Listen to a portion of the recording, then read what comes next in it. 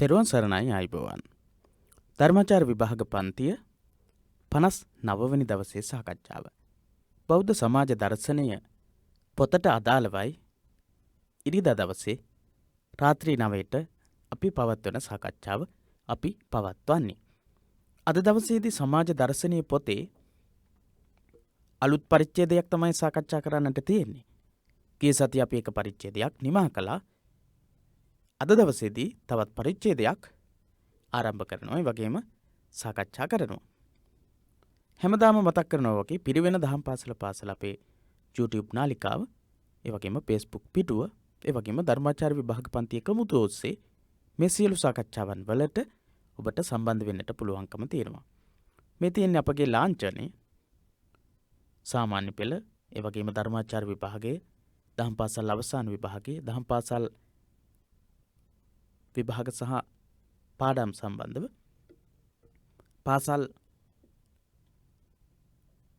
විෂය සමගාමීව තියෙන පාඩම් සාකච්ඡාවන්, ප්‍රශ්නෝත්තර සාකච්ඡාවන්, උසස් පෙළ, පිරිවෙන් අවසාන ආදී සාකච්ඡාවන් වලට අපි අපේ නාලිකාව සහ ඒ වගේම Facebook පිටුව පාවිච්චි කරනවා.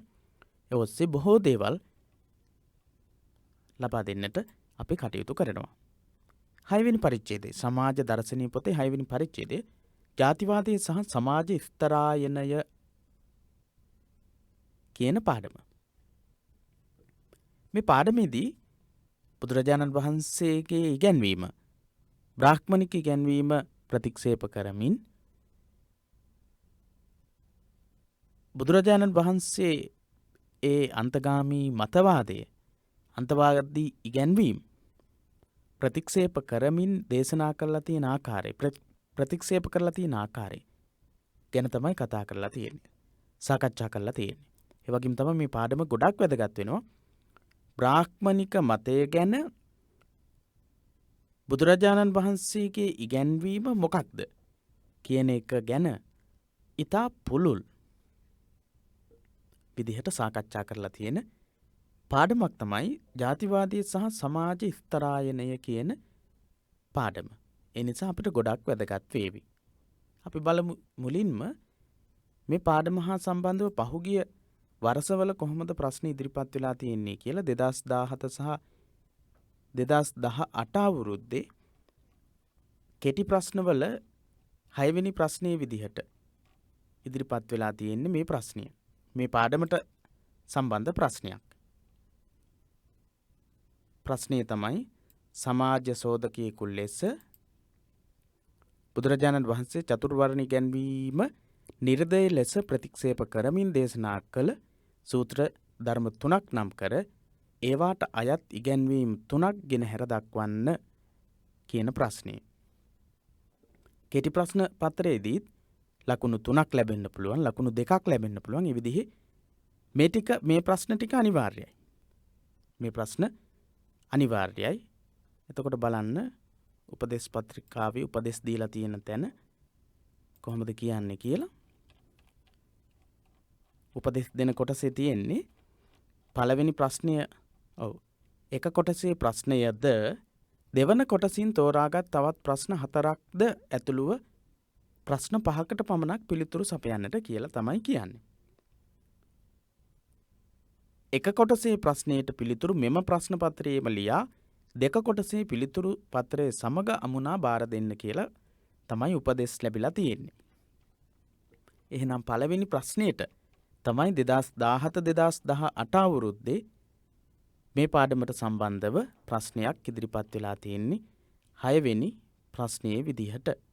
මම කියන්නම් ප්‍රශ්නය ලියා ගන්නට පුළුවන්. එහෙම නැත්නම් අවශ්‍ය අයට පුළුවන්කම තියෙනවා ඉල්ලීමක් කරොත් මේ ප්‍රශ්න පත්‍ර ගෙන්වා ගන්නටත් හැකියාව තියෙනවා. සමාජ සෝදකයෙකු ලෙස බුදුරජාණන් වහන්සේ චතුර්වර්ණ ඉගැන්වීම නිර්දය ලෙස ප්‍රතික්ෂේප කරමින් දේශනා කළ සූත්‍ර ධර්ම 3ක් නම් කර ඒවාට අයත් ඉගැන්වීම් 3ක් ගෙන හැර දක්වන්න.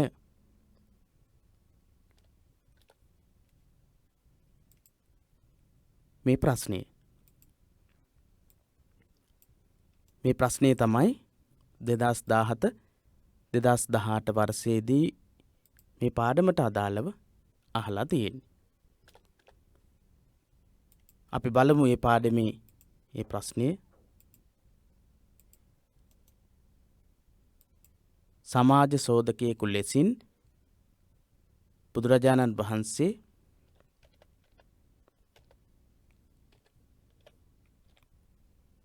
චතුර්වර්ණ ඉගැන්වීම් නිර්දය ලෙස ප්‍රතික්ෂේප කරමින් දේශනා කළ සූත්‍ර ධර්ම 3ක් නම් කර. සූත්‍ර දේශනා 3ක් නම් කරන්නට කියලා කියනවා. ඒවට අයත් ඉගැන්වීම් 3ක් ගෙනහැර දක්වන්න. ඒක තමයි ප්‍රශ්නේ. 6 වෙනි ප්‍රශ්නේ කෙටි ප්‍රශ්නවල 6 වෙනි ප්‍රශ්නය 2017 2018 2017 වර්ෂයේ. අපිට දැන් පැහැදිලි ඒ වගේ ප්‍රශ්නයක් ඉදිරිපත් වෙන්න පුළුවන්. බුදුරජාණන් වහන්සේ වර්ණ ධර්ම ප්‍රතික්ෂේප කරමින් දේශනා කරලා තියෙන සූත්‍ර දේශනා මොනවද කියලා. මේ පාඩමේ ගොඩක් සූත්‍ර දේශනාවන් අන්තර්ගත වෙලා තියෙනවා. මේ පාඩමේ තේරුම් ගන්නට අපහසු කාරණාවක් නොමැති නිසා මේ පාඩමේ තියෙන්නේ මොනවද කියන එක පිළිබඳව වැඩිපුර අවධානයක් යොමු කරලා ඊට අමතරව අපි මේ පාඩමේ කොටසක් තමයි අද දවසේදී සාකච්ඡා කරන්නේ. ඊළඟ කොටස ඇසුරින් ඔබට පුළුවන්කම තියෙනවා ප්‍රශ්නවලට පිළිතුරු ඉදිරිපත් කරන්නට. ඊළඟට 2018-2019 අවුරුද්දේ 5 වෙනි විචාර ප්‍රශ්නයේ විදිහට ඉදිරිපත් වෙලා තියෙනවා. 5 වෙනි විචාර ප්‍රශ්නයේ විදිහට ඉදිරිපත් වෙලා තියෙන ප්‍රශ්න අපි බලමු. ප්‍රශ්න 3ක් තියෙනවා මේ පාඩමට අදාළව. වර්ණ භේද සංකල්පයේ බිඳ දැමීමට බුදුරදුන් ක්‍රියාත්මක කළ ප්‍රායෝගික පියවර 2ක් නම් කරන්න කියන ලකුණු 4ක ප්‍රශ්නයක්. වර්ණ භේද සංකල්පය නිසා ಭಾರತೀಯ සමාජයේ පීඩාවට පත් වූ ආකාරය පිළිබඳ කෙටි සටහනක් ඉදිරිපත් කරන්න කියන ලකුණු 6ක ප්‍රශ්නය. වර්ණ භේද සංකල්පය අතාර්කික හා විද්‍යාත්මක නොවන මූලික මිනිස් අයිතිවාසිකම් අහිමි කරන මිත්‍යාවක් බව බුදුදහම පැහැදිලි කරයි යන ප්‍රකාශනය සනාත කරන්න කියන ලකුණු 8ක ප්‍රශ්නයක්. මේ වගේ ප්‍රශ්න තමයි තියෙන්නේ. එහෙනම් මේ පාඩමේදී විශේෂයෙන්ම කතා කරන්නේ වර්ණ ධර්මයේ ප්‍රතික්ෂේප කිරීම සඳහා බුදුදහමේ උගන්වලා තියෙන විශේෂිත ඉගැන්වීම් ගැන තමයි දිගින් දිගටම කතා කරලා තියෙන්නේ. දීර්ඝ විස්තරයක් මේ පාඩමේ තියෙනවා. හොඳයි. අපි බලමු පාඩමේ තියෙන තොරතුරු. මිනිස් වර්ගයා විවිධ ආකාරයෙන් බෙදා දැක්වීම ඉස්සර ඉඳලම පවතින කාරණයක්. මිනිස්සුන්ව එක එක විදිහට වර්ග කරනවා, බෙදෙනවා. ඒක කලින් ඉඳලම සිද්ධ වෙන කාරණයක්. එහෙම බෙදෙන ක්‍රම ගත්තම ಜಾති වශයෙන්, පන්ති වශයෙන්, කුල වශයෙන්, ගෝත්‍ර වශයෙන් මේ බෙදීමට ලක් කරනවා. සිංහල ජාතිය, දමිළ ජාතිය, ওই විදිහට ශ්‍රී ලංකාවෙත් එක එක විදිහේ ජාතීන් වර්ගීකරණයක් තියෙනවා. ඒ වගේම කුල ලංකාවෙත් තියෙනවා විවිධ කුල. ඒ වගේම පන්ති, ධනපති පන්තිය, නිර්ධන පන්තිය, ඒ වගේ බෙදීම් තියෙනවා. ඊළඟට ගෝත්‍ර වංශ විදිහට ගන්නවා. ශාක්‍ය වංශය, කෝලිය වංශය වගේ අපි අහලා තියෙන ඒ වගේ බෙදීම් වර්ගීකරණ. මේ වගේ මිනිස්සුන්ව බෙදන්න, වර්ගීකරණය කරන්න විවිධ ආකාරයේ ඉගැන්වීම් ක්‍රම ඉගැන්වීම් තියෙනවා. ඉතින් ඒ විදිහේ ඉගැන්වීමක් වාර්ගික ස්වභාවයක් අපිට දකින්න පුළුවන්. වාර්ගික හැඟීම් මගින් එකිනෙකා පරයා කැපී පෙනෙන්නට හා වරප්‍රසාද ලබන්නට යත්න දැරීම මිනිසා විසින් වර්ගය අතර සාමයේ බිඳ වැටුණු අවස්ථා සුලභයි.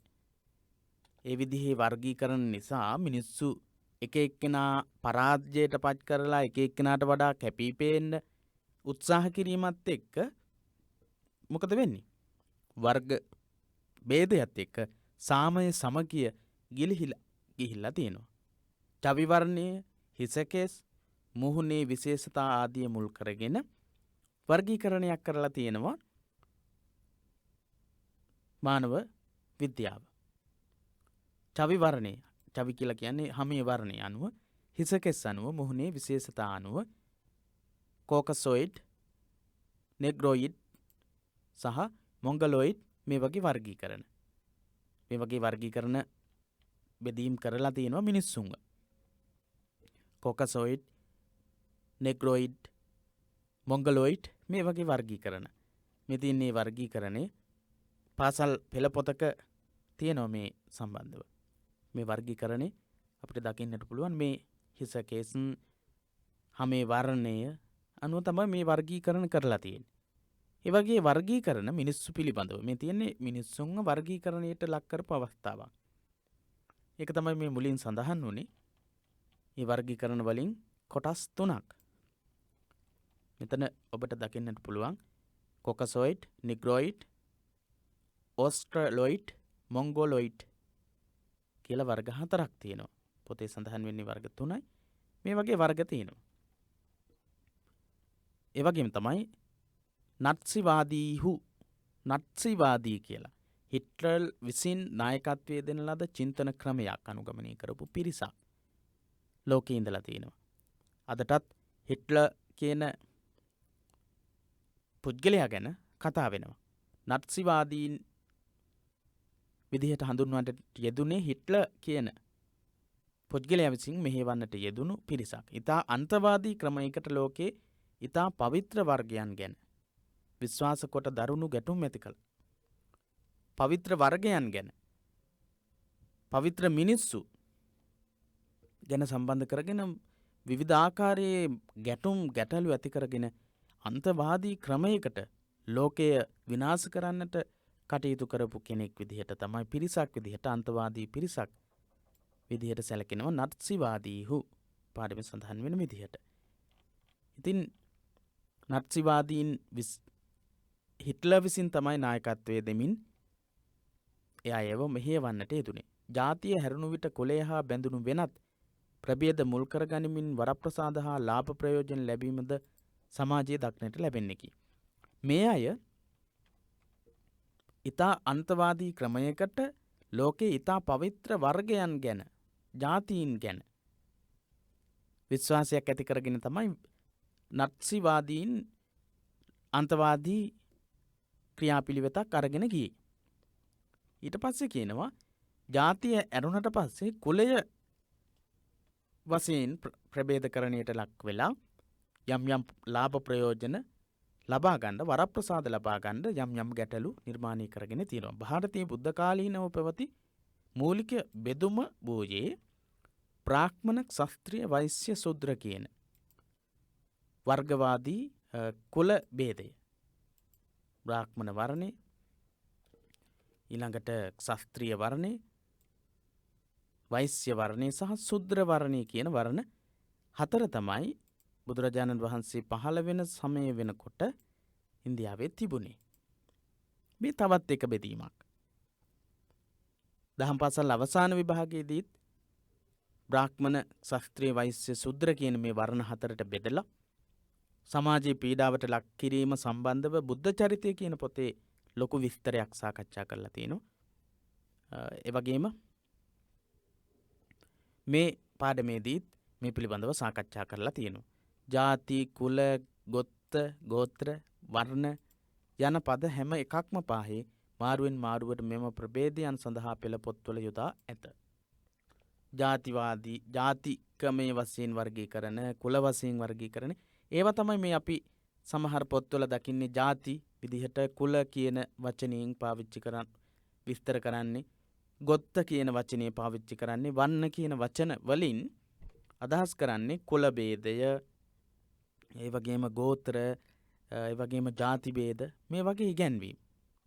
ಭಾರತೀಯ ප්‍රධාන ආගමික සම්ප්‍රදාය වෙච්ච බ්‍රාහ්මණික චින්තනයේ මෙම වර්ණ 4 උසස් සහ පහත් වශයෙන් වෙන්කර ආර්ථික, සමාජ සහ දේශපාලන වරප්‍රසාදයේ අනුව අඩු වැඩි වශයෙන් තීරණය කරලා නිර්ණය කරලා තිබුණා.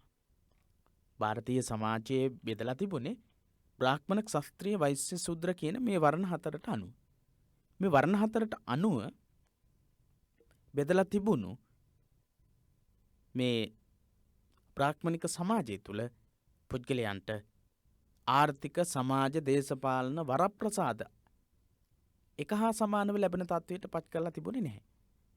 විසමාකාරයෙන් තමයි ඒවා ලැබුණේ. එහෙත් තමන් වහන්සේ මෙම වර්ණ හතර අතර කිසිම වෙනසක් නොදක්නා බවත් ඒ හතරේම ජනයා සම බවත් බුදුහු වදාළහ. සියලුම වර්ණ හතරම සම බව බුදුරජාණන් වහන්සේගේ ඉගැන්වීම. බ්‍රාහ්මණ ක්ෂත්‍රිය වෛශ්‍ය ශූද්‍ර කියන වර්ණ හතරම සමව සැලකිය යුතුයි සැලකිය යුතු අවස්ථාවක් කියලා බුදුරජාණන් වහන්සේගේ ඉගැන්වීම. කවර බාහිර ලක්ෂණ තිබුණද මුළු මහත් මානව වර්ගයාම අයත් වන්නේ එකම මිනිස් ගණයට බව නූතන විද්‍යාඥයන් විසින්ද පිළිගනු ලැබේ. කවර බාහිර ලක්ෂණ තිබුණත් අපි කතා කරපු හමේ වර්ණයේ කෙස්වල ස්වභාවය මූණේ ස්වභාවය මේවත් එක්ක වර්ගීකරණ කරලා තිබුණාට මිනිස් ගණයට බව හැමෝම අයිති වෙන්නේ මිනිස් කියන සත්ව ගණයට. මිනිස් කියන සත්ව ගණයට තමයි අයිති වෙන්නේ. ඒක මානව විද්‍යාඥයෝ පිළිගෙන තියෙනවා. බුදු සමයේද මෙම ස්ථාවරයේ පිහිටා ඇති බව බුදුරදුන්ගේ දේශනා විමසුම් සහිතව නිරීක්ෂණය කරන ඕනෑම කෙනෙකුට පැහැදිලිව හඳුනා ගන්න පුළුවන්. බුදුරජාණන් වහන්සේගේ ඉගැන්වීමත් සියලු දෙනාම එක හා සමානයි මානව එහෙම නැත්නම් සත්ව කියන විශේෂ ඉගැන්වීම යටතේ තමයි බුදුරජාණන් වහන්සේ ගෙන හැර දක්වන්නේ. ಭಾರತයේ පැවති චතුර්වර්ණය පිළිබඳ ප්‍රභේද ඉතා වැදගත් ආගමික සංකල්පයක් වශයෙන් අවධාරණය කළේ බමුණන් විසිනි. බමුණු තමයි ಭಾರತයේ පැවතුණු වර්ණය චතුර්වර්ණ ඉගැන්වීම ප්‍රභේදය මේක ආගමික සංකල්පයක් වශයෙන් අවධාරණය කරන්නේ වටිනා ආකල්පයක් විදිහට වටිනා ක්‍රමයක් විදිහට විස්තර කරන්නේ බ්‍රාහ්මණයෝ. ලෝකේ නිර්මාණය කළ මහා බ්‍රහ්ම මනුෂ්‍යයා නිර්මාණය කළේ චතුර්වර්ණය අනුවම බව ඍග්වේදයෙහි පුරුෂ සූක්තයේ මගින් ඔහු ප්‍රකාශ කළහ. බ්‍රාහ්මණික ඉගැන්වීමේ මහා බ්‍රහ්මන් තමයි ලෝකේ නිර්මාණය කරන්නේ මනුෂ්‍යව නිර්මාණය කරන්නේ. ඒ නිර්මාණය කරපු ආකාරය ගැන සඳහන් වෙන ප්‍රධානම මූලාශ්‍රය තමයි ඍග්වේදය. ඍග්වේදයේ පුරුෂ සූක්තය කියන්නේ මේ බ්‍රාහ්මණයා විසින් මහා බ්‍රහ්මන් විසින් මනුෂ්‍යයා නිර්මාණය කළා ලෝකේ නිර්මාණය කළා වර්ණ හතර නිර්මාණය කළා කියලා සඳහන් වෙන මූලාශ්‍රය ඍග්වේදයේ පුරුෂ සූක්තය කියන්නේ. මහා බ්‍රහ්ම මනුෂ්‍යයා නිර්මාණය කළා වර්ණ හතරට අනුව කියලා දක්වන තැන තමයි ඍග්වේදයේ පුරුෂ සූක්තය. ඍග්වේදයේ පුරුෂ සූක්තයේ මෙන්න මෙහිමයි සඳහන් වෙන්නේ. ඍග්වේදයේ පුරුෂ සූක්තයේ සඳහන් වෙන විදිහට අපි බලමු. මේක බොහෝ දෙනෙක්ට පාඩම් තියෙන සඳහනක්. පාඩම් තියෙන මතක තියෙන සටහනක් ශ්ලෝකයක් අපි බලමු. බ්‍රාහ්මනෝස්ය මුඛමාසීත් බාහු රාජන්‍යః කෘතः ඌරු තදත්ය යත්වයිස්ය පද්භ්‍යාන් සුද්‍රෝ අජායත. බ්‍රාහ්මනෝස්ය මුඛමාසීත් බාහු රාජන්‍යః කෘතः ඌරු තදත්ය යත්වයිස්ය පද්භ්‍යාන් සුද්‍රෝ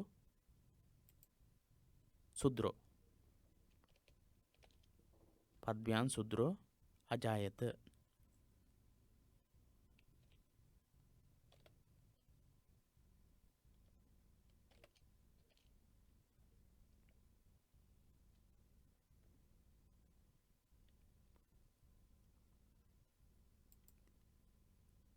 සුද්‍රෝ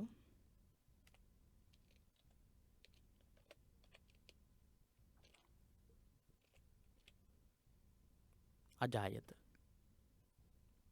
බ්‍රාහ්මනෝස්ය මුඛමාසීත් බාහු රාජන්‍යః කෘතः ඌරු තදත්ය යත්වයිස්ය පද්භ්‍යාන් සුද්‍රෝ අජායත කියන ඉගැන්වීම තමයි ඍග්වේදයේ 10 වෙනි මණ්ඩලයේ 90 වෙනි පුරුෂ සූක්තයේ සඳහන් වෙන්නේ. ඍග්වේදයේ 10 වෙනි මණ්ඩලයේ 90 වෙනි පුරුෂ සූක්තයේ සඳහන් වෙන්නේ. බ්‍රාහ්මනෝස්ය මුඛවාසීත් බාහු රාජාන්‍යः කෘතः ඌරු තදත්ය යත් වෛශ්‍ය පද්භ්‍යාන් සුතුරෝ ජායත. අනිවාර්යයෙන්ම මේ පාඩමේදී අපි මේක පාඩම් කරගෙන තියෙන්නට වෙනවා. මොකද බ්‍රාහ්මනික වර්ණ ධර්මය කියන්නේ මොකක්ද කියලා කියන්නට නම් ඒ වගේම තමයි ඒ පිළිබඳව බුදුදහමේ අදහස මොකක්ද කියලා කියන්නට නම් අනිවාර්යයෙන්ම මේ වර්ණ ධර්මයේ ගැන බ්‍රාහ්මනික ගැන්වීමේ කොහොමද තියෙන්නේ කොතැනද තියෙන්නේ කියන එක අපිට කියන්නට වෙනවා. ඒ නිසා බ්‍රාහ්මනෝස්ය මුඛමාසීත් බාහුරාජන්‍යः කෘතः ඌරු තදත්ය යත් වෛශ්‍ය පද්භ්‍යාන් සුදුරාජායත කියන මේ ශ්ලෝක පාඨයේ මතක තියාගන්නට වෙනවා. පාඩම් කරගෙන ඉන්නට වෙනවා. ඍග්වේදයේ 10 වෙනි මණ්ඩලයේ 90 වෙනි පුරුෂ සූක්තය තමයි මේක සඳහන් වෙන්නේ. ඊළඟට මේ ප්‍රකාශයේ අනුව වර්ණයේ හෙවත් කුලයේ මිනිසාගේ ජන්ම උරුමයකි. වර්ණය කියලා කියන්නේ කුලය කියලා කියන්නේ එක්කෝ බ්‍රාහ්මණ වෙන්න පුළුවන්, එහෙම නැත්නම් ශාස්ත්‍රීය වෙන්න පුළුවන්, එහෙම නැත්නම් වෛශ්‍ය වෙන්න පුළුවන්, ශුද්‍ර වෙන්න පුළුවන්. උපතින් තමයි ඒක තීරණය වෙන්නේ. ඒ වෙනස් කළ නොහැක. මෙසේ වර්ණ ભેද ආගමික සංකල්පයක් බවට පත්කොට නොනැවතුන බමුණෝ සියලු ආගමික දේශපාලනික ආර්ථික හා අධ්‍යාපනික කටයුතු මේ වර්ණ අනුව සහජයෙන්ම ඒ අයට වෙන්කොට ඇති බවද ප්‍රකාශ කළහ. වර්ණ ભેදය අනුව සමාජයේ වර්ගීකරණය කරලා නතර වුණේ නැහැ. ආගමික සංකල්පයක් බවට පත් කරලා නැවතුනේ නැහැ. බමුණෝ සියලු ආගමික, දේශපාලනික, ආර්ථික, අධ්‍යාපනික කටයුතු මේ වර්ණ අනුව තමයි සහජයෙන්ම ඒ අයට වෙන් කරලා තිබුණේ. ඒ අයට වෙන් කරලා තිබුණා. ඒ අනුව පොතේ සඳහන් වෙනවා බ්‍රාහ්මණ වර්ණය. බ්‍රාහ්මණ වර්ණයට ස්වධර්ම කොටසක් පැවරලා තිබුණා. බ්‍රාහ්මණික ගැන්වීම තුළම මේක අපිට දකින්නට පුළුවන්. ඉගෙනීම පළවෙනි කාරණේ ඉගෙනීම බ්‍රාහ්මණයන් විසින් ඉගෙන ගත යුතුයි. ඊළඟට දෙවෙනි කාරණේ ඉගැන්වීම.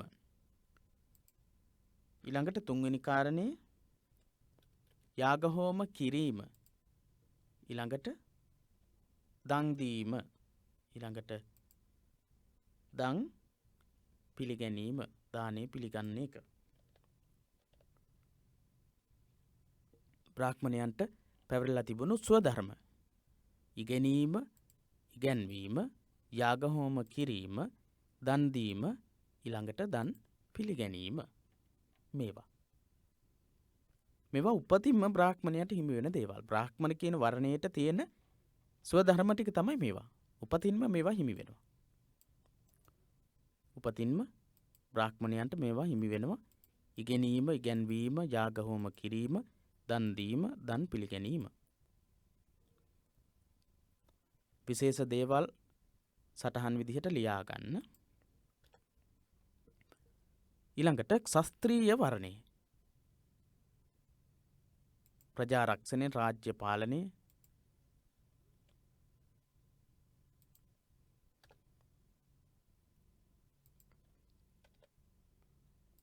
යාග හෝම කිරීම, අධ්‍යාපනය. ප්‍රජා රක්ෂණය, රාජ්‍ය පාලනය, යාග හෝම පැවැත්වීම, අධ්‍යාපනය. මේවා පැවරලා තිබුණේ ශාස්ත්‍රීය වර්ණයට. ශාස්ත්‍රීය වර්ණයට ලැබිලා තිබුණේ මේවා. ස්වධර්ම. අපින් ප්‍රශ්නයක් අහන්න පුළුවන් බ්‍රාහ්මණික ඉගැන්වීමට අනුව ධර්මයට අනුව ශාස්ත්‍රීය වර්ණයට පැවරලා තිබුණේ මොනවද කියලා. ප්‍රජා රක්ෂණය, රාජ්‍ය පාලනය, යාග හෝම පැවැත්වීම, අධ්‍යයනය, එහෙම නැත්නම් ඉගෙන ගැනීම. ඉගැන්වීම කරන්න බෑ. ඉගෙන ගැනීම අධ්‍යයනය කියලා කියන්නේ. ඊළඟට වෛශ්‍ය වර්ණය. වෛශ්‍ය වර්ණයේ ස්වධර්ම ටික තමයි ඊළඟට අපි කතා කරන්නේ. පශු පාලනය, සත්ව පාලනය, කෘෂි කර්මය, ඊළඟට වෙළඳාම, මුදල් ණයට දීම, අධ්‍යයනය, අධ්‍යාපනය ලැබීම, ඉගෙන ගැනීම, යාග පැවැත්වීම. යාග පැවැත්වීම කියලා කියන්නේ යාග පැවැත්වීම සඳහා මූල්‍යමය දේවල්, ඒ වගේම අවශ්‍ය දේවල් සම්පාදනය කිරීම. යාග හෝම පැවැත්වීමේදී මූලිකත්වය අරගන්නේ බ්‍රාහ්මණයා. යාග පැවැත්වීමට අවශ්‍ය දේවල් සම්පාදනය කර දීම, යාග පැවැත්වීම, බ්‍රාහ්මණයන් එකතු කරගෙන යාග පැවැත්වීම තමයි මෙතනින් අදහස් කරන්නේ. වෛශ්‍ය වර්ණයේ අයට සත්ව පාලනය, කෘෂිකර්මය, වෙළඳාම, මුදල් ණයට දීම, අධ්‍යයනය, යාග පැවැත්වීම කියන ස්වභ ධර්ම පැවරලා තිබුණා. ඊළඟට ශුද්‍ර වර්ණය කියන්නේ බ්‍රාහ්මණ, ක්ෂත්‍රිය, වෛශ්‍ය, ශුද්‍ර කියන මේ කුල තුනටමයිති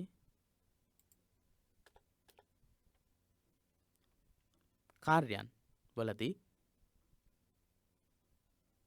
යන වර්ණ තුනටම මෙහෙවර කිරීම ශුද්‍ර වර්ණයට පැවරලා තිබුණේ. එහෙනම් බ්‍රාහ්මණික ඉගැන්වීමට අනුව සමාජයේ වර්ගීකරණය කරලා තිබුණා. දේශපාලනික, ආගමික, ආර්ථික හැම දෙයක්ම දැන් අපි මේ කතා කරපු කාරණාවලින් ඔබට පැහැදිලි වෙනවා ඇති.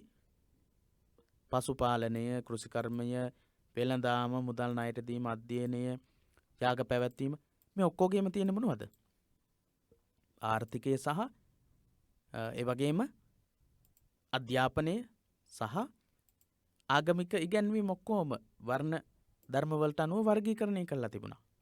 ඊළඟට බලන්න මෙතනදී ප්‍රජාරක්ෂණය, රාජ්‍ය පාලනය, යාග හෝම පැවැත්වීම, අධ්‍යාපනය මෙතනදී එයාට පවරලා තිබුණා ක්ෂත්‍රිය වංශයට. ඊළඟට ආගමිකමය වශයෙන්, ආර්ථිකමය වශයෙන්, අධ්‍යාපනිකමය වශයෙන් බ්‍රාහ්මණයන්ට ඉගෙනීම, ඉගැන්වීම, ඉගෙන ගන්නත් පුළුවන්, උගන්වන්නත් පුළුවන්.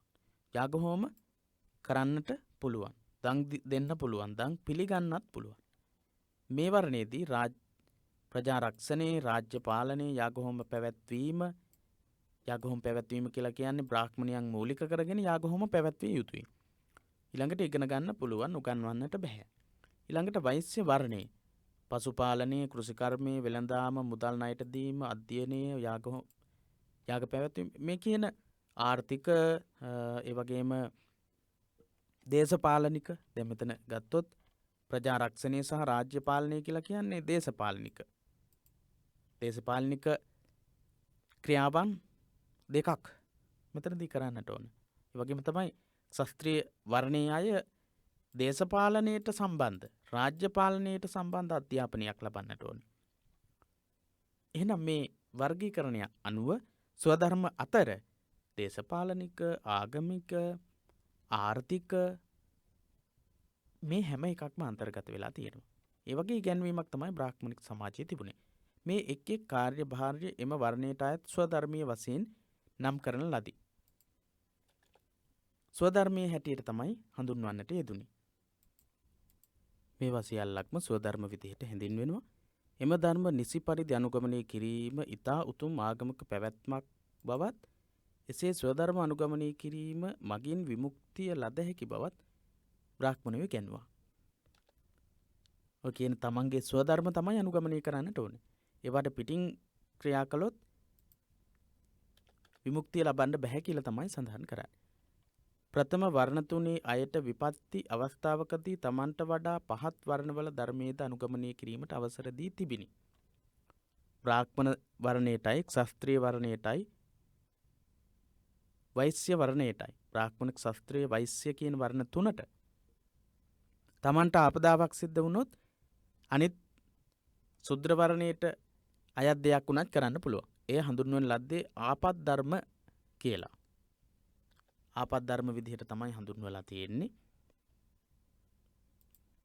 යම් කිසි ආපදා අවස්ථාවක්, කරදර අවස්ථාවක් එළඹුණොත් ඒ ආපත් ධර්ම කියන ඉගැන්වීමට අනුව යමක් පහත් කුලයකට අයිති දෙයක් උනත් කරලා තමන්ට ආපදාවක් වෙනවා නම් එයින් බේරීමේ හැකියාව තියෙනවා. ප්‍රථම වර්ණ තුනේ අයට උපනයනයේ නම් වූ දෙවන උත්පත්තියක් බඳු වැදගත් ආගමික තත්ත්වය ලබා ගත හැකි වූයි. එහෙයින් දෙවරක් උපදින්නෝ යන අරුතින් ඔහු ද්විජ නම් වූහ. උපනයනය කියන ඉගැන්වීම. උපනයනය කියලා කියන්නේ නැවත වරක් උපත ලැබීමක් විදිහට තමයි සලකන්නේ.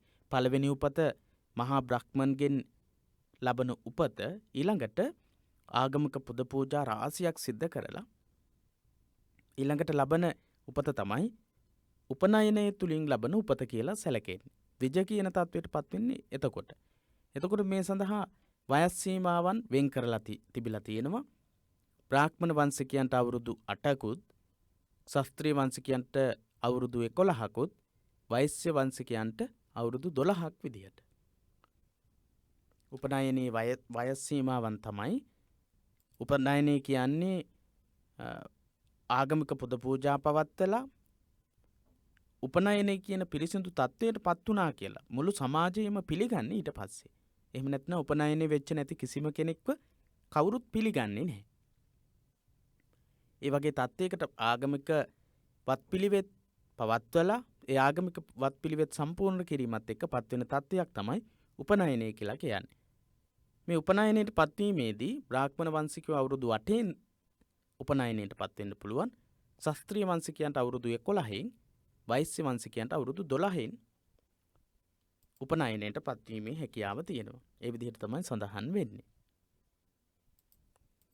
මිනිසුන් මෙසේ උපතින්ම බෙදා ඔවුන්ගේ දේශපාලන ආර්ථික හා සමාජික අයිතීන් සීමා කර ප්‍රගතියට බාධා කර තිබීම අනිසි දෙයක් බව බ්‍රාහ්මණ ධර්මානුකූලව තම චින්තනයේ මෙහෙවන්න නොපිළිගනිති. මෙහෙවන්නන් නොපිළිගනිති. ඒ බ්‍රාහ්මණික ඉගැන්වීම වැරදි කියලා, මිනිස්සුන්ව පීඩාවට පත් කිරීමක් කියලා බ්‍රාහ්මණික අදහස් දරන අය පිළිගන්නේ නැහැ. බ්‍රාහ්මණ ධර්මානුකූලව තම චින්තනයේ මෙහෙවන අය ඒක පිළිගන්න කැමති නැහැ. ඔවුන්ගේ අදහසේ හැටියට මෙම වර්ණ සංකල්පයේ ශ්‍රේෂ්ඨත්වයේ පිළිබඳ සනාතන මිම්මකි. බ්‍රාහ්මණික ඉගැන්වීම මේ වර්ණ සංකල්පයේ ශ්‍රේෂ්ඨත්වයේ උතුම් භාවයේ පිළිබඳ මැනීමක්, මනින ක්‍රමයක්. උතුම්ම වර්ණයේ විදිහට බ්‍රාහ්මණ වර්ණයේ ඒ විදිහට උතුම්ම වර්ණය, උතුම්ම ස්වභාවය මනින්න පුළුවන් මිමි තමයි බ්‍රාහ්මණ වෛශ්‍ය, බ්‍රාහ්මණ ශාස්ත්‍රීය වෛශ්‍ය ශූද්‍ර කියන වර්ගීකරණයේ වර්ණ භේදය. බ්‍රාහ්මණ වර්ණයේ ශ්‍රේෂ්ඨ අතින් අනිත් වර්ණ පහත්ය. බ්‍රාහ්මනෝ වන්නෝ සෙට්ටෝ. බ්‍රාහ්මණික වර්ණය තමයි ශ්‍රේෂ්ඨතම කියලා උගන්වනවා. බ්‍රාහ්මණයෝම සුද්ධිය ලබති, අන්‍යෝ නොලබති. අන්න ඒ වගේ ඉගැන්වීම් බුද්ධ කාලීන බ්‍රාහ්මණයෝ ප්‍රකාශ කරලා තියෙනවා. බ්‍රාහ්මණයෝම තමයි සුද්ධිය පිරිසිදු බව ලබා ගන්නේ, අනිත් අය පිරිසිදු බව ලබන්නේ නැහැ. ඒ වගේ අදහස් දක්වමින් හිටියා බුද්ධ කාලීන ಭಾರತೀಯ බ්‍රාහ්මණික පිරිස්. සියලු ආර්ථික, දේශපාලන හා සමාජ එකයුම්වල පදනම් මෙම වර්ණ ධර්මයේ බව විශ්වාස කළ ඔවුහු තම සමස්ත සමාජ දර්ශනයම ඒහා ගැලපූහ. සමස්ත සමාජයේම මේත් එක්කම ගලපලා කියනවා. මේ වර්ණ ධර්මයට අනුව තමයි සමාජයේ දේශපාලනික, ආර්ථික මේ හැම අංශයක්ම දක්වන්නේ. මෙම වර්ණ සංකල්පයේ පිළිබඳව වර්තමාන විවේචන නුරුස්නා ಭಾರತೀಯ හින්දු ලේඛකයෝ මෙම ක්‍රම විභජනය සඳහා निराකූල හා ස්ථාවර පදනමක් සපයන බව කියති. මෙම වර්ණ සංකල්පයේ පිළිබඳව වර්තමාන විවේචන නුරුස්සන ಭಾರತೀය හින්දු ලේඛකයෝ මෙම ක්‍රම විභජනය සඳහා निराකූල ස්ථාවර පදනමක් සපයලා තියෙනවා කියලා කියනවා. निराකූල හා ස්ථාවර පදනමක් සපයන බව දක්වලා තිනවා. මෙම ක්‍රමයේ පිළිගන්නා සමාජයක හැම වෘත්තියකටම අදාළ පුද්ගලයන් හිඟ නොවන බව පවසන ඔහු එසේ නොවුවහොත් ඇතැම් රැකියා කිරීමට පුද්ගලයා නැතිව යා හැකි බව පවසති. මේ අය කියනවා මේක යම්කිසි ක්‍රමවේදයකට ස්ථාවර පදනමක් මත මේක සිද්ධ වෙලා තියෙන්නේ, වර්ණ ක්‍රමයේ නිර්මාණය වෙලා තියෙන්නේ. එහෙම නැත්නම් කාලයක් යනකොට සමහර රැකියාවන්, සමහර වෘත්තීන් කරන්න පුද්ගලයෝ මිනිස්සු නැති වෙලා යන්න පුළුවන් කියලා කියනවා. ඒ කියන්නේ අපි කියමුකෝ උදාහරණයක් විදිහට ගත්තොත් අනිත් අයගේ අනිත් වර්ණවල හැමෝටම මෙහෙවරකම් කරන්නට ක්‍රියා කරන ශුද්‍ර කුලයේ අයගේ වගකීම තමයි එහෙම නැත්නම් කටයුතු තමයි අනිත් වර්ණවලට බැල මෙහෙවරකම් කිරීම, වැඩකාරකම් කිරීම. ඒ වගේම පංචම කුලයේ වගේ කුල ගත්තම කසල සෝදනේ වගේ මේ දේවල් කරන්න. එතකොට ඒවා කාලයක් යනකොට නැති වේවි කියලා කියනවා. බ්‍රාහ්මණික මතයට අනුව සමාජයේ වර්ගීකරණය කරලා තියෙන ක්‍රමය යම්කිසි පදනමක් මත සිද්ධ වෙලා තියෙන්නේ කියලා අදහස් දක්වන සමහර අය. සමහර හින්දු ලේඛකයෝ ඒ වගේ අදහස් දක්වලා තියෙනවා. එමෙන්ම එක් පරපුරක පවුලක පුද්ගලයන් දිගටම එක වෘත්තියක නිරතව සිටින විට පුහුණු ශ්‍රමය හා විශේෂඥතාව ලබා ගැනීමේ පහසු තත්ත්වයක් උදා වෙන බවත් මේ අය ප්‍රකාශ කරනවා. හින්දු ලේඛකයෝ ප්‍රකාශ කරනවා එක් පරපුරක එක පවුලක එකම පිරිසක් එකම වෘත්තියක දීර්ඝකාලීනව යෙදෙනකොට ලොකු පුහුණුවක් ලොකු විශේෂඥතාවයක් ලබා ගන්නවා. එතකොට ඒ කටයුතු ඉදිරියට කරගෙන යන්න ලේසි පහසුයි කියලා තමයි මේ අය කියන්නේ. එහෙත් බුදුරජාණන් වහන්සේ මෙම වර්ණ භේදයේ මිනිසුන්ගේ මූලික අයිතිවාසිකම් වලට පටහැනි වූ ඓතිහාසික වශයෙන් අර්ථ ක්‍රියාකාරීත්වයේ ඉක්මවා ගිය යල් පිනු විද්‍යාත්මක හා තාර්කික නොවන නිරර්ථක සම්මුතියක් මිස ආගමික හා සනාතන වැදගත්කමකින් යුක්ත නොවුවක් බව පෙන්වා දුන්හ. ඔන්න බුදුරජාණන් වහන්සේ මේ ගැන දරන ආකල්ප ගැන කෙටියෙන් සඳහන් කරනවා. වර්ණ භේදයේ මිනිසුන්ගේ මූලික අයිතිවාසිකම් වලට පටහැනි වෙච්ච එකක්. ඓතිහාසික වශයෙන් අර්ථ ක්‍රියාකාරීත්වයේ ඉක්මවා ගියපු යල් පැනපු ඉගැන්වීමක්. ඒ ගැන අපි සමාජ ප්‍රභවය ගැන කතා කරද්දීත් සාකච්ඡා කළා. සමාජ ප්‍රභවය ගැන කතා කරද්දී සමාජ ප්‍රභවය ගැන බුදුරජාණන් වහන්සේ දේශනා කරලා තියෙනවා වර්ණ ධර්මයට අනුව. වර්ණ ධර්මය කොහොමද නිර්මාණය වුණේ කියන එක. ඒ අනුව අපි පැහැදිලි කරගත්තා වර්ණ ධර්ම වලට අනුව සමාජීය වර්ගීකරණය කරන එක යල් පැනලා ගියපු ක්‍රමයක් කියලා. විද්‍යාත්මක හා තාර්කික නොවන ඒ වගේම නිරර්ථක සම්මුතියක් මිසක් ආගමික සහ සනාතන වැදගත්කමකින් යුක්ත ඉගැන්වීමක් නෙවෙයි කියලා බුදුරජාණන් වහන්සේ පැහැදිලි කරලා තියෙනවා. එසේ පෙන්වා දීමෙන් නොනැවතුණු උන්වහන්සේ ප්‍රායෝගික ක්‍රියාමාර්ග තුළින් එයට විරුද්ධව ක්‍රියා කරමින් මානව සමානාත්මතාවය ස්ථාපිත කිරීම පිණිස ආදර්ශයක් දුන්නා. අපෙන් අහනවා ප්‍රශ්නයකදී අපි මුලින් සාකච්ඡා කරපු ප්‍රශ්නේදී අහන්නේ බුදුරජාණන් වහන්සේ බ්‍රාහ්මණික වර්ණ ධර්මයේ ප්‍රතික්ෂේප කිරීම සඳහා පාවිච්චි කරපු ප්‍රායෝගික ක්‍රම දෙකක් දක්වන්නට කියලා. ඒක ප්‍රශ්නයකදී අහනවා. මොකක්ද? වර්ණ භේද සංකල්පයේ බිඳ දැමීමට බුදුරදුන් ක්‍රියාත්මක කළ ප්‍රායෝගික පියවර දෙකක් නම් කරන්න කියන ප්‍රශ්නේ 2018-2019 වර්ෂයේ ප්‍රශ්නේ පස්වෙනි ප්‍රශ්නේ සඳහන් වෙනවා. එහෙනම් ඒ ගැන තමයි මේ සඳහන් කරන්නේ. අපි බලමු ඒ මොකක්ද කියලා. වර්ණ භේදයේ මිනිසුන්ගේ මූලික අයිතිවාසිකම් වලට පටහැනි වූ ප්‍රජාතන්ත්‍රවාදී නොවූ ඒකපාක්ෂික බෙදුමක් බවත් ඒ පිළිගැනීමට මිනිසුන් බැඳී නැති බවත් හෙළි කරනු ලබන්නේ පසුකාරී සූත්‍රයේනි.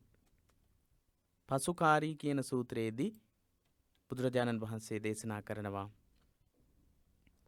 ප්‍රජාතන්ත්‍රවාදී නොවූ ඒකපාක්ෂික බෙදුමක් කියලා වර්ණ භේදය. මොන සූත්‍රයේද සඳහන් වෙන්නේ? පාසුකාරී කියන සූත්‍රයේ. බුදුරදුන් හමුවට පැමිණි පාසුකාරී බමුණා බ්‍රාහ්මණයන් විසින් බ්‍රාහ්මණ ක්ෂත්‍රීය වෛශ්‍ය ශුද්‍ර යන සිව් කුලයට චතුර්විධ පිළිපැදීම් පාරිචර්යා ක්‍රමයක් නිර්දේශ කර ඇතැයි පැවසූ විට ඒ සිව් කුලයේම ජනයා විසින් ඒකමතිකව පිළිගෙන තිබේදැයි උන්වහන්සේ විමසූහ. එයට බමුණන් නැතැයි පිළිතුරු දුන් විට එසේනම් බමුණන් කරන්නේ මිනිසෙකුට බලහත්කාරයෙන් මස් කවා මුදල් අය කර ගැනීම වැනි ක්‍රියාවක් බව බුදුරජාණන් වහන්සේ පෙන්වා දුන්හ. ඔන්න එක ප්‍රායෝගික අවස්ථාවක්. මොකක්ද?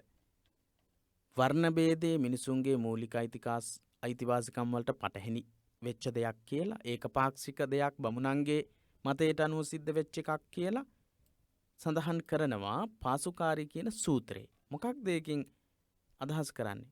බ්‍රාහ්මණ, ක්ෂත්‍රීය, වෛශ්‍ය, ශූද්‍ර යන සිව් කුලයේම චතුර්විධ පිළිපැදීම් පාරිචර්යා ක්‍රමයක් නිර්දේශ කරලා තියෙනවා කියලා බ්‍රාහ්මණයන් විසින් නිර්දේශ කරලා තියෙනවා කියලා සඳහන් කරනවා. එතකොට බුදුරජාණන් වහන්සේ අහනවා ප්‍රායෝගිකව ඒක ඒ කුල හතරෙම අය කැමැත්තෙන්ද ඔය බ්‍රාහ්මණ, ක්ෂත්‍රීය, වෛශ්‍ය, ශූද්‍ර කියන වර්ණ හතරට බෙදලා තියෙන්නේ. ඒ වර්ණ හතරේ හැමෝම ඒ කුලේ වැඩ කටයුතු කරන්න කැමතියිද කියලා අහනවා. බමුණා කියනවා එහෙම නැහැ කියලා. ඒට බමුණා පිළිතුරු දෙනවා නැහැ කියලා. ඒ වෙලාවේදී බුදුරජාණන් වහන්සේ දේශනා කරනවා බ්‍රාහ්මණයන් විසින් කුල හතරට වර්ගීකරණය කරලා කුල හතර අනුව බෙදීම් කරලා තියෙන එක උගන්වලා තියෙන ඉගැන්වීම් හරියට මස් කවා මුදල් අය කරන බලහත්කාරයෙන් මිනිසෙකුට බලහත්කාරයෙන් මස් කවලා මුදල් අය කර ගැනීමක් වගේ දෙයක්. මොකක්ද? මිනිහෙක්ට බලෙන් මස් කවනවා. බලෙන් මස් කවලා ඊට පස්සේ ඒ කාපු මස් වලට අනුභව කරපු මස් වලට මුදල් අය කරනවා. අන්න ඒ වගේ වැඩක් කියලා තමයි බුදුරජාණන් වහන්සේ දේශනා කරන්නේ. යමකු නොපිළිගන්නා ප්‍රභේදයක් බලහත්කාරයෙන් ඔහු පිට පැටවීමේ වරද බමුණන්ට මෙහිදී පැවරේ.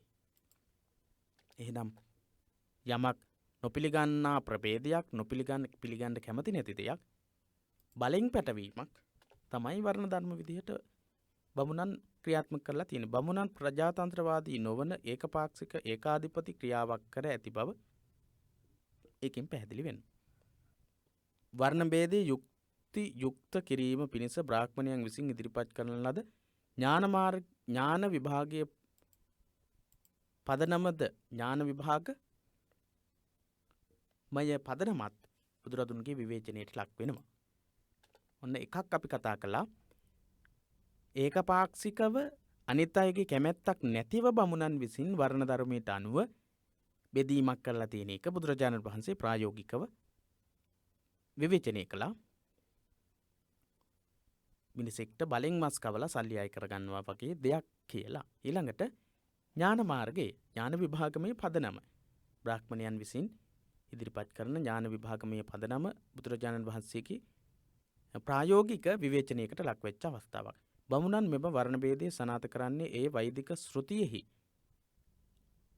අන්තර්ගත වූ තමන් වෙත පරපුරෙන් උරුම වූ ආගමික පිළිගැනීමක් බව කියාපාමිනි. බමුණන් මෙම වර්ණ භේදය සනාථ කරන්නේ. වර්ණ භේදය සනාථ කරන්නේ ඒක තමන්ගේ ශ්‍රුති මාත්‍රයෙන් අහගෙන එන ඒ කියන්නේ ඇසීමෙන් පවත්වාගෙන එන උරුමයක් කියලා. එම පදනම පිළිගත නොහැකි බව අසලායන සූත්‍රයේදී පෙන්වා දී ඇත. බ්‍රාහ්මණයන් උපදින්නේ බ්‍රහ්මයාගේ මුඛයෙන් බව දැක්වෙන බ්‍රාහ්මණ මතය ගැන බුදුරදුන්ගේ අදහස අසලායන විසින් විමසන ලදී. අසලායන සූත්‍රයේ බ්‍රාහ්මණයන් උපන්නේ බ්‍රහ්මයාගේ මුඛයෙන් බව දැක්වෙන බ්‍රාහ්මණ මතය ගැන බුදුරදුන්ගේ අදහස අස්සලායන විසින් අහනවා. එවිට බුදුරදුන් පවසා ඇත්තේ බ්‍රාහ්මණයන්ගේ උප්පත්ති ක්‍රමය සාමාන්‍ය වෙනත් පුද්ගලයන්ගේ උප්පත්ති ක්‍රමයේ බව වැඩිවිය පැමිණෙන ගැබ්දරන දරුවන් බිහි කරන හා දරුවන්ට කිරිපොවන පැමිණියන් දක්නට ලැබීමෙන් සනාථ වන බවයි. මහා බ්‍රහ්මයාගේ මුඛයෙන් ඉපදුනා කියලා කියන්නේ බ්‍රාහ්මණයෝ. ඉතින් බුදුරජාණන් වහන්සේ සඳහන් කරනවා එහෙම වෙන්න බෑ. සාමාන්‍ය වෙනත් පුද්ගලයන්ගේ උප්පත්ති ක්‍රමයම තමයි බ්‍රාහ්මණයන්ගේ උප්පත්ති ක්‍රමයන්. බැමිණියෝ වැඩි වියට පැමිණෙනවා. පුංචි කාලේ ඉඳලා මල් වරවියට පත් වෙලා ඒ දේවල් සියල්ලක්ම වෙනවා. ඊට පස්සේ තමයි ආවාහ විවාහ වුණාට පස්සේ ගැබ් ගන්න. ගැබ් අරගෙන තමයි දරුවන් බිහි කරන්නේ. එහෙම බිහි කරපු අය තමයි මේ බ්‍රාහ්මණයෝ විදිහට ක්‍රියාත්මක වෙන්නේ. ඒ වගේම තමයි බැමිණියෝ දරුවන්ට කිරිපොවනවා පේන්න තියෙනවා. මේ ඔක්කොගේම පේනවා ඇත්තටම මහා බ්‍රහ්මයා බමුණන් මවනවා නෙවෙයි, බැමිණියන්ගේ කුසයෙන් තමයි බ්‍රාහ්මණය ඉපදෙන්නේ කියලා. ඊට වඩා වෙනස් ක්‍රමයකින් ආදීම බ්‍රාහ්මණයා පහළ වූවා විය නොහැක. ආදීම බ්‍රාහ්මණයා කියලා කියන්නේ මුල්ම බ්‍රාහ්මණයාත් ඊට වඩා වෙනස් විදිහකට බිහි වුණා කියලා කියන්න බෑ. එසේ වූ බවට බමුණන් තර්ක කරන්නේ අනුස්සාවේ හෙවත් පරම්පරාගත විශ්වාසයේ ප්‍රමාණ වශයෙන් ගනිමිනි. බමුණු තර්ක කරනවා.